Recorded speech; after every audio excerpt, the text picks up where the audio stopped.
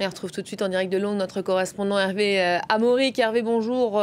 Lendemain de dépouillement, 2 mois après l'annonce aussi du report de la date du Brexit au 31 octobre prochain, les eurosceptiques finalement, plus que jamais, ont les clés en main. Absolument, vous voyez le Daily Mail, le quotidien populaire de droite, qui titre à la une un earthquake, un tremblement de terre. Et donc, évidemment, le Parti conservateur de Theresa May qui porte l'essentiel des responsabilités de cette élection, relégué à la 5e place.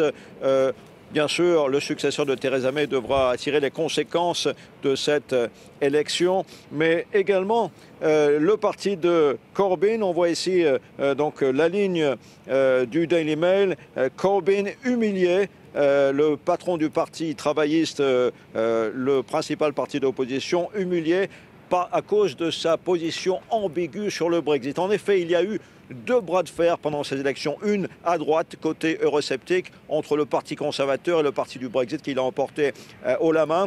Même si, toutefois, le discours de Nigel Farage va un peu au-delà de la réalité, puisque Nigel Farage a tendance à croire que ces élections européennes sont les élections législatives, mais il n'a pas de siège ici derrière moi au Parlement, son parti n'en a pas non plus, et c'est au Parlement, dans cette démocratie parlementaire, que tout se joue pour l'instant. De l'autre côté, parmi ceux qui veulent rester au sein de l'Union européenne, même bras de fer, un bras de fer entre les libéraux démocrates qui, ici à Londres, pour la première fois l'emportent avec quelques 600 000 voix contre seulement 500 000 à Londres, dans la capitale, pour les travaillistes, dont c'est pourtant le bastion historique.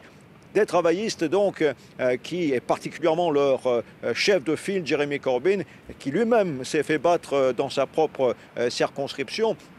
Donc on voit que effectivement la société politique est de plus en plus polarisée. Cette élection polarisante pousse encore une radicalisation des débats, probablement qui va avoir un impact sur cette course au titre de Premier ministre bientôt.